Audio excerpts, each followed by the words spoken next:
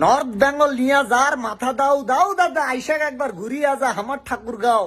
North Bengal নিয়ে যার মাথা দাও দাও দাদা আইসাক একবার চক্কর দিয়া আমার ঠাকুরগাঁও। হ্যাঁ দাদা, গতকাল সারা রাত খালি ঘুমাইনি রে দাদা।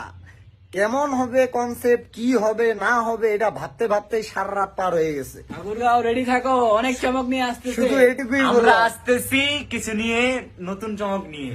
ঠিক আছে? ভয়ঙ্কর রকমের সুন্দর, ভয়ঙ্কর কল্পনার বাইরে। ভয়ঙ্কর কথাটা এমনি এমনি বলিনি রে দাদা। তুমি এই জন্য ঘুমাওনি? ভয়ঙ্কর জিনিসটা এমনি এমনি বলি নাই।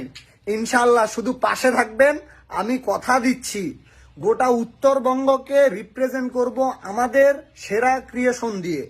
যদি আপনারা পাশে থাকেন, আমরা পিছিয়ে নেই, আমাদেরকে পিছিয়ে দিয়েছি আমরাই। তো আমি চাই না যে আর আমরা পিছিয়ে থাকি, শুধু আমাদের সাথে থাকবেন।